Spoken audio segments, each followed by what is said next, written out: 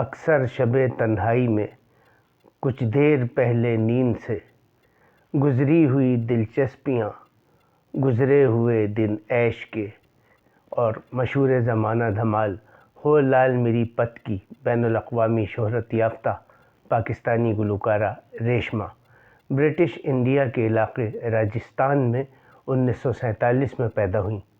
ان کا تعلق ایک مسلمان خانہ بدوش گھرانے سے تھا جو پاکستان بننے کے بعد جامشورو صوبہ سندھ منتقل ہو گیا۔ ان کے والد حاجی محمد مشتاق مویشیوں کی تجارت کے پیشے سے وابستہ تھے۔ ریشما کو بچپن ہی سے گلوکاری کا شوق تھا اور وہ اکثر صوفیاؤں کے مزارات پر گڑوی بجا کر گایا کرتی تھیں۔ ریشما نے کلاسیکی موسیقی کی کبھی باقاعدہ تربیت حاصل نہیں کی، اس کے باوجود ان کے گلے میں سر قدرتی طور پر اس قدر رچ بس گئے تھے کہ وہ بڑی گلوکاراؤں کی صف میں شامل ہو گئیں۔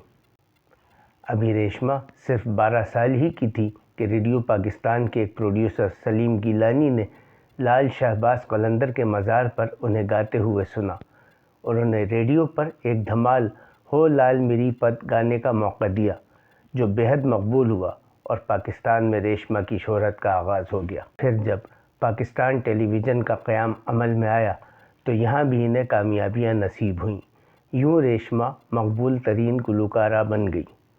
انہوں نے کئی علاقائی زبانوں میں بھی اپنی گائیکی کا رنگ جمایا اور متعدد فلموں میں بھی ان کے کئی گیت بہت مقبول رہے۔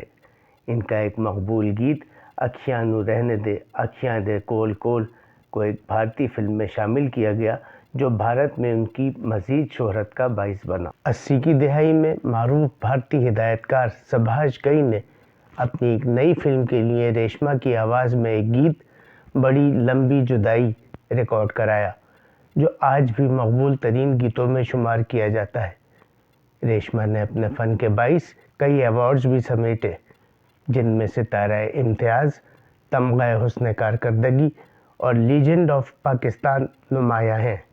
وہ کینسر کے مرض میں مبتلا ہو کر 3 نومبر سن 2013 کو اپنے مداحوں کو سوگوار چھوڑ کر رخصت ہوئیں، مگر ان کی یاد ہمیشہ مداحوں کے دلوں میں تازہ رہے گی۔